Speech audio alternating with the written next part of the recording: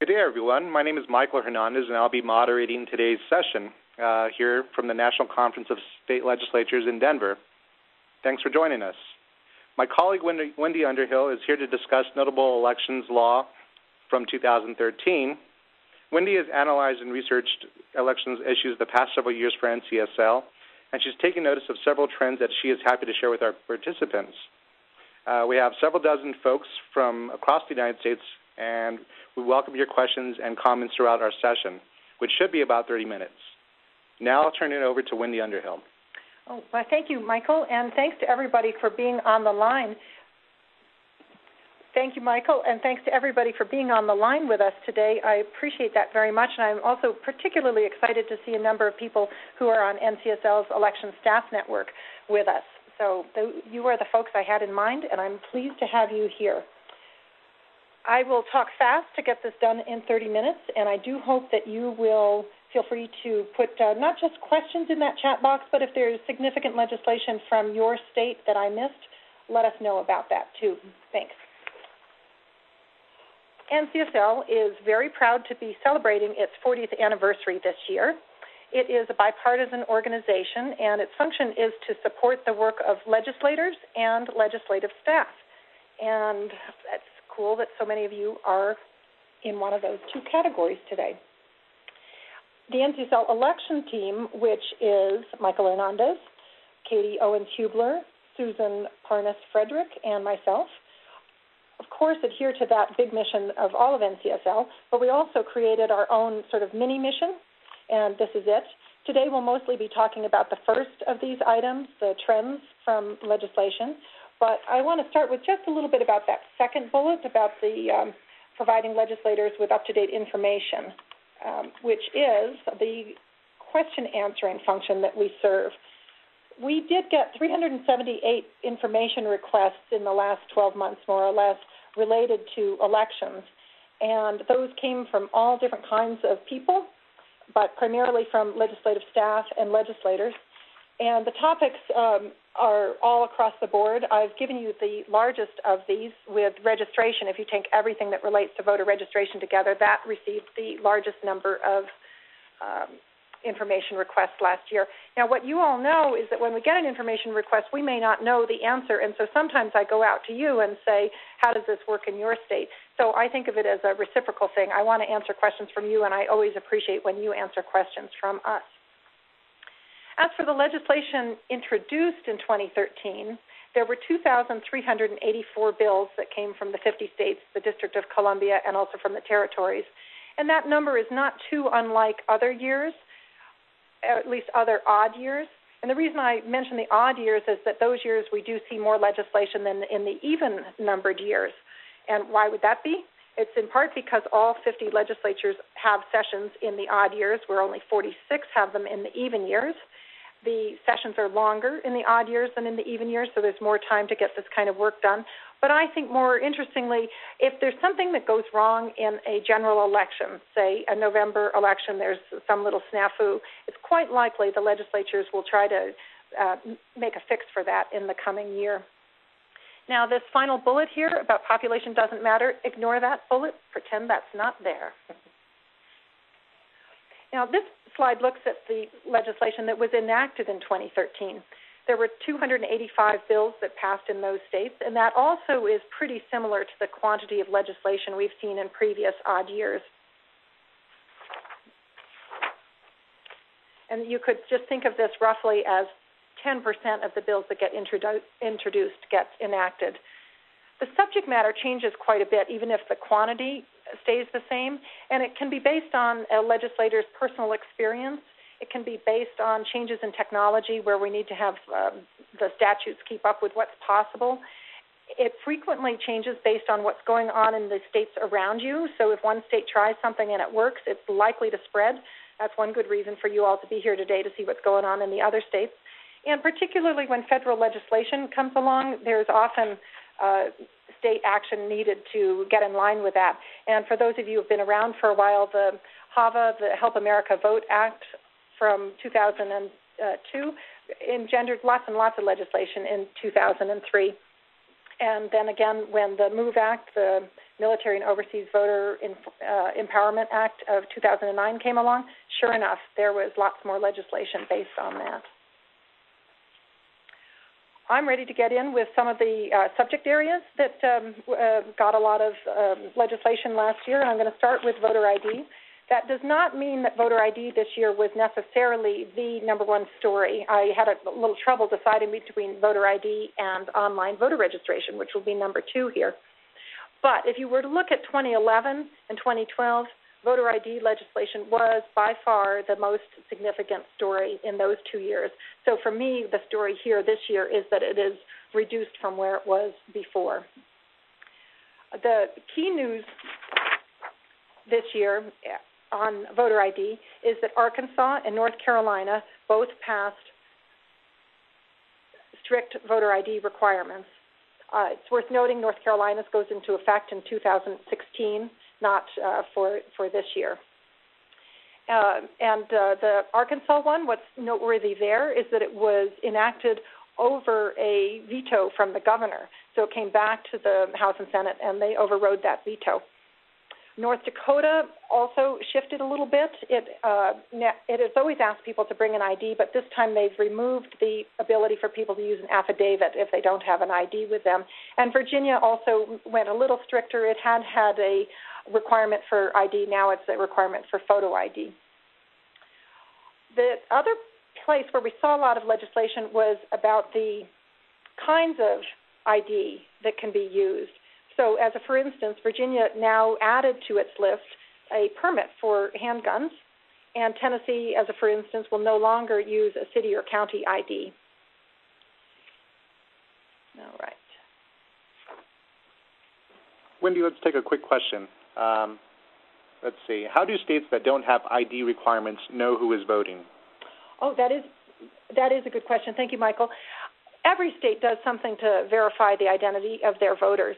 In the states that don't require you to bring an ID, most frequently you will sign, and if your signature matches those that are on record, then you are in, and sometimes an affidavit simply saying that you are who you are and possibly signing a paper saying that is good enough.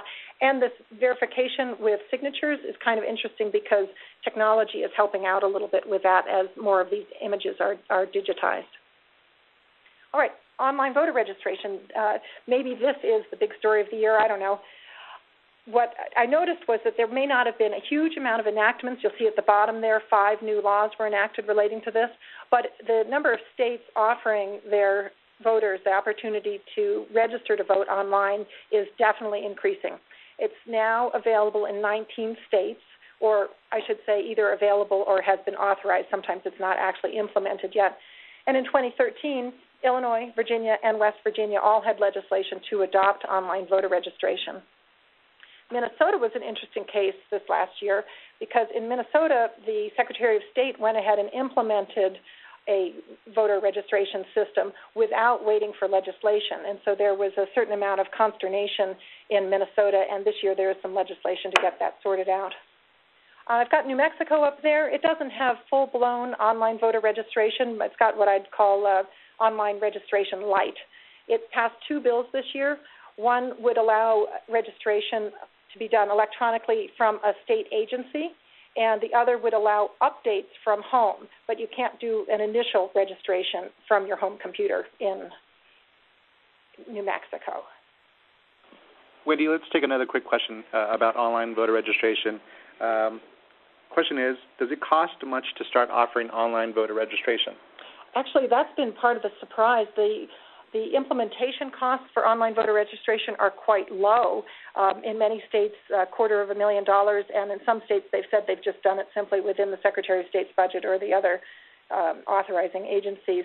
So the implementation can be quite low, and the cost savings can be quite high. The study that always gets reported on came out of Arizona, where this is some years ago, perhaps half a dozen years ago, a paper registration form cost 83 cents to process, and an online registration cost 3 cents, so 83 down to 3 cents. So when you're talking about costs, online voter registration is usually on the reducing cost side.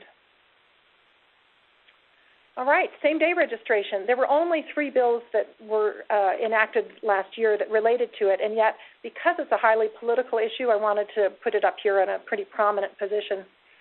Colorado in 2013 adopted same-day registration. This means that citizens of Colorado who have not yet registered can go on election day to a certain office, show proof of residency, proof of identity, go ahead and get on the voter rolls, get a ballot, and vote all in one visit. North Carolina had a system like this that worked during the early voting periods, but it was eliminated this year. And Montana, the legislature sent to the governor a bill to eliminate its same-day registration. The governor vetoed it, and then the legislature came back and did something kind of interesting. They've put it on the ballot for the voters to decide this November. So we'll see how that turns out.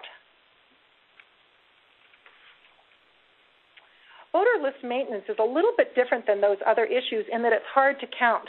I don't know how to count how many states have voter list maintenance legislation because all states do voter list maintenance. Of course, no state wants to have duplicate records, and of course, every state has to find a way to remove the records of deceased voters. So this is an issue that's a little bit harder to categorize, so I haven't told you how many bills necessarily relate to this. So the question for states is, how do you do that kind of a cleanup? And we've broken it into 2 categories. A person can do list maintenance by comparing the voter rolls to data that already exists within the state, and this might be felon records, and it might be information from the vital statistics folks, or you can check your data against data sources that are from outside the state. And I put up here the names of 2 major systems that states are using in a cooperative way to share this kind of information. And if you'd like any information about either the Electronic Registration Information Center or the Interstate Voter Registration Cross-Check Program, stick it in that chat box, and we will answer it by email later on. As for the legislation this year, West Virginia and Virginia both signed legislation that will let them participate in one or the other of these interstate cooperative agreements. And Texas gave the Secretary of State the responsibility for determining when to remove the record of a deceased person. What kind of information do they have to have on hand to ensure that that's accurate? Virginia gave the State Board of Elections the ability to check their rolls against the Systematic Alien Verification for Entitlements list, otherwise known as the SAVE list, and that's produced by the Department of Homeland Security. It is not intended as a source for information about citizenship for the use of voter rolls, but it does have information on that, and it's one good place to go for some information, and of course local election officials would verify that with the voter. And Kansas is looking into citizenship by comparing their lists to jury lists, and to serve on a jury you do have to check a box saying that you are a citizen. Here we go. Not everybody votes on Election Day. In fact, about 1/3 of the people in the United States have already cast a ballot by the time Election Day rolls around. And over the course of the last 10 years, there's been a gradual increase in the number of pre-Election Day voting options. This year, or 2013, really wasn't a huge year for that trend. We did see a lot of laws, as you can see on the slide, but not a lot of major changes. For instance, for early voting, this would be early in-person voting where you can show up in an office in advance of Election Day. No states adopted it for the first time this year. So instead, those bills really related to changing the start date of it, changing the end date of it, changing various pieces of it. And Indiana and Ohio passed laws to permit anyone who is in line for early voting by the close of business to still stay in that line, and they will be able to cast a ballot that day. As for the absentee voting, we're talking about the no-excuse absentee voting where more or less anyone who wants to vote from their kitchen table can do so. And Minnesota enacted legislation to make it the 28th state to offer that. Arkansas already has no-excuse voting, and it created a permanent list for those folks so that they don't have to request a ballot every year. They'll stay on a list and receive it by mail on a regular basis. And Virginia did not go to no excuse, but it did increase the number of reasons that you could receive an absentee ballot to 19. So there's lots and lots of ways in Virginia to get your absentee ballot. As for all mail elections, you could think of this as being sort of like absentee voting to the max. Colorado has now joined Washington and Oregon with this. They mail a ballot to all registered voters, and those ballots can be returned by drop-off or by sending back by mail. And in Colorado, I know there's Coloradans on the line here, I do understand that we have a system here where everyone can, if they choose to, vote on Election Day by going to a voter service center, which will be open. So that opportunity for the traditional polling place experience is still possible in Colorado. Polling place arrangements, now that is a catch-all for many, many different types of things that could be done. I've put electronic poll books at the top. Not all states have required legislation to permit their election officials to use electronic poll books. And let me just stop for a moment. An electronic poll book is basically a laptop or something similar to that that's loaded with the voter registration rolls. And this is used in some locations to speed up check-in and to confirm accuracy. And we can go on from there if anyone wants more details on how an electronic poll book might work. What we saw is that Arkansas, Texas, and Ohio all addressed electronic poll books in their legislation this year, and Indiana became the first state to require certification for their electronic poll books. As for wait times, that became an issue after the 2012 election when some people in some states had to wait a very long time to get their ballots. And yet I was surprised that only 2 states addressed it directly. In New Mexico, they enacted a requirement for adequate resources to avoid wait times. And in Rhode Island, the fix was that if you are at the polling place at the close of business, which is 8 p.m. in Rhode Island, you can still go ahead and vote. Electioneering, which refers to the area around a polling place where you can't put up campaign materials, was addressed by Maryland, North Dakota, and Texas. And then we get to 2 big ones, the poll workers and the poll watchers. If you put those 2 categories together, you've got almost everybody who's going to be in a polling place, with the exception of the most important people, of course, who are the voters. And when you're talking about the poll workers, what is of most concern to election officials is finding enough of them. They're hard to get because it's a long day, the pay is very limited. So what can states do? We saw in 2013 that Oklahoma permitted volunteers to serve as poll workers. Now, that might be kind of a surprise to think of volunteering instead of getting pay as a way to increase the number of people who would serve, but that's in fact how it worked in Virginia when they tried this out a couple of years ago, and so Oklahoma is going to offer that opportunity as well. Tennessee will permit state workers to serve as poll workers, and in Texas, high schoolers will have that opportunity if they work it out with their academic institution. As for the poll watchers, those are the folks often appointed by political parties who want to make sure that things are all going according to Hoyle. And in Arkansas, Ohio, and Texas, they'll have some kind of an ID and some kind of a regulation now.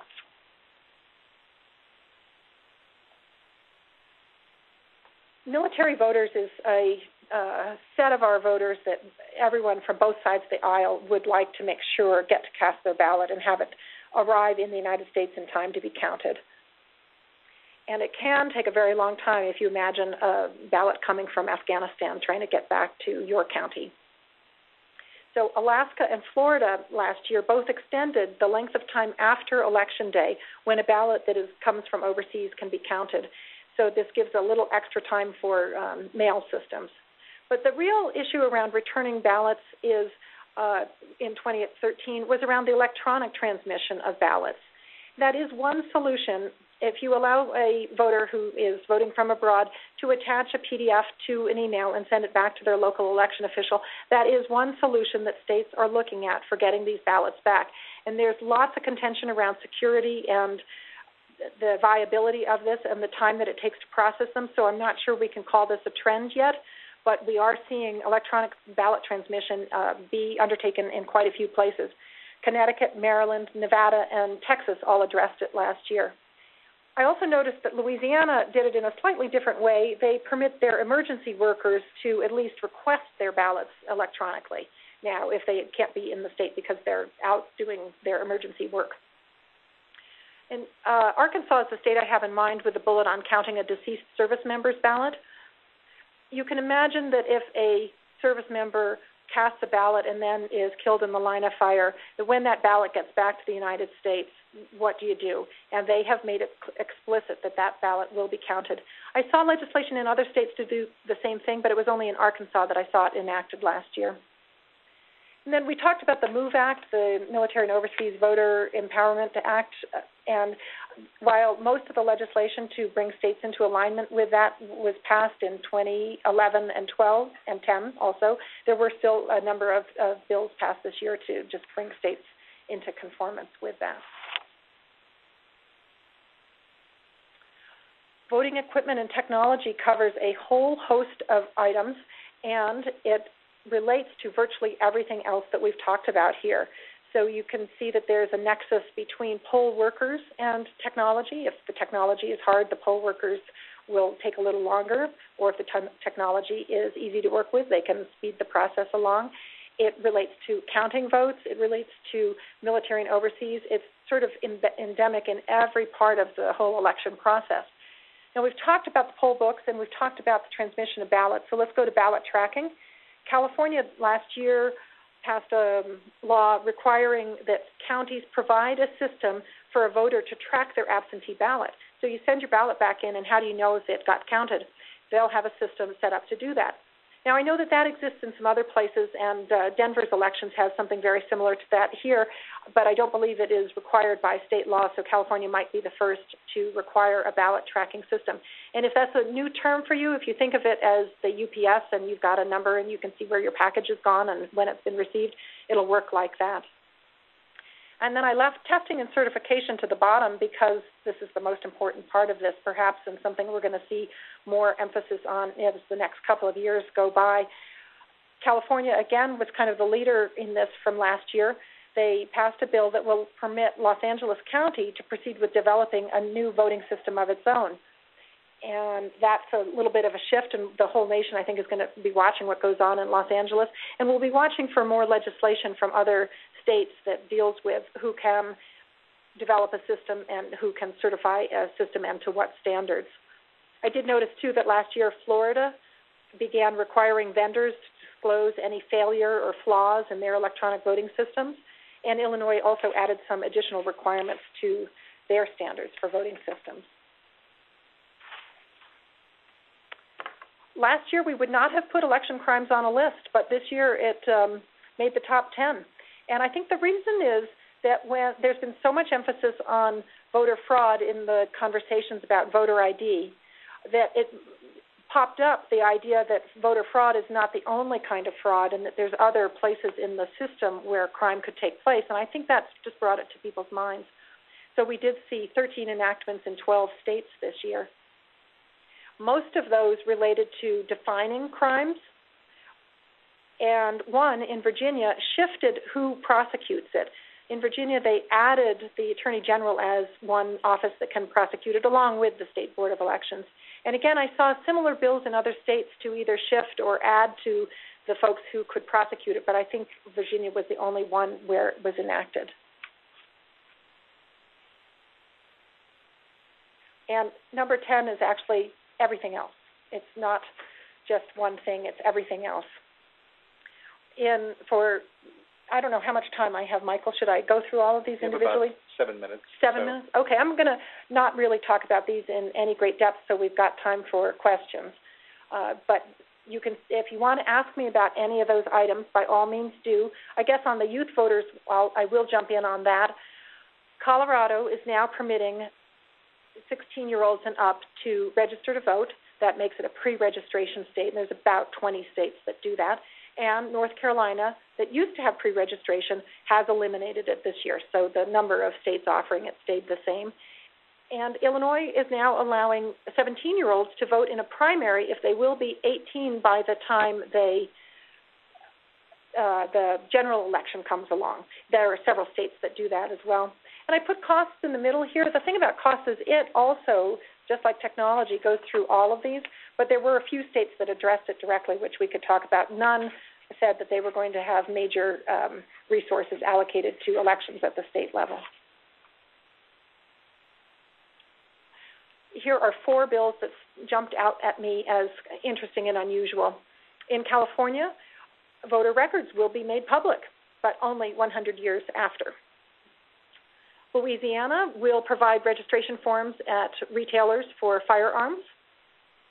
And Texas is appointing a state cybersecurity coordinator. Now, that person isn't just going to do his or her work in regard to elections, that it'll be a much bigger portfolio, but we're going to be watching because security, and particularly as there is more connection between technology and voting, is going to be a hot issue for the next several years. And if having a cybersecurity coordinator is a good idea, I bet we'll see it in some other states as well. And then last, back to California, often the first place to do certain kinds of new things. It will permit non-citizens to be in the polling places to serve as interpreters.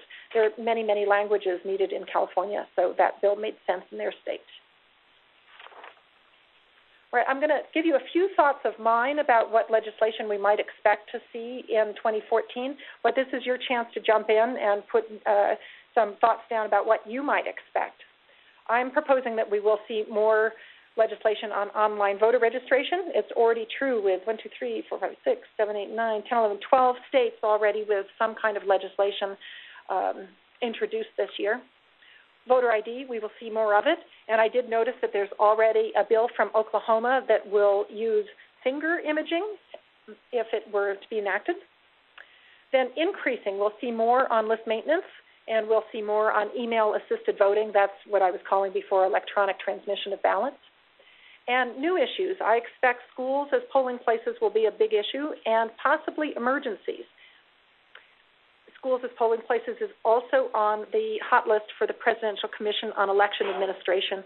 Probably most of you saw that they came out with their report just last week, and one of their major suggestions is that schools be used as polling places, but that they be in service days so that the students aren't in the school. The other things on their list relate to online voter registration and list maintenance, and also that testing and standards that we talked about on the last slide. So I am ready to field any questions you've got, Michael. All right, let's take a look at some questions that have come through. One participant wants to know how secure are the data on electronic poll books? I think that's a good question for the Indiana folks who are going to be looking into the security on it. Some states have opted to not have the poll book connected to the Internet, so it's just loaded and it's a standalone object so that there's no connectivity. Others do connect to the statewide database, and if I can get a better answer, we'll give you one offline because I don't really know, but it has just come up as an issue for the first time this year. All right, let's take a look at another question. This goes back to same-day registration. A participant wants to know why North Carolina eliminated early voting same-day registration. Actually, same-day registration during early voting. I might defer to any of our North Carolinians who are on the line if you want to answer that. There are people who feel that same-day registration, whether during the early voting period or otherwise, is less secure than confirming a registration in advance. So I'm not sure I can speak to why North Carolina particularly did it, but we can say that by far the majority of states do not permit same-day registration either during early voting or on Election Day. All right. Let's take another question. Do you anticipate much reaction to the Presidential Commission on Election Administration recommendations that came through last week? Oh, my gosh. I so wish we had set this up as a survey. We could have done a survey tool with you all because that is something you all might know about. Those of us here in the office were really excited when it came out, and we've read virtually every word in it, but it crossed my mind that some states may look at it carefully and choose some things, and other states may do absolutely nothing with it. So until I have some data to work with, either people asking how to implement the recommendations from that, or I start to get emails from folks like you saying that you're undertaking some of those things, I'm not going to be able to answer whether it will be used throughout the nation. We, of course, know that it gives mostly recommendations for things that would relate to state-level decisions, and it has no implication for federal legislation in it. So if it's going to be put into practice, it will be through the state legislatures. All right. Another question. How many states now have electronic transmission for the return of military ballots? I can't answer that at the moment. I have it on a web document upstairs, so I will get back to that question via email. All right. Well, it looks like we're coming up to the end of our session. We want to thank everybody who's participated. We also have some resources you can find online. And if you have any questions for us, we're always available here at NCSL. There are several of us you can contact. We're always happy to take comments or questions from you. And, of course, we like keeping in touch with you. We get a lot of answers from you as well, and that's really important for us.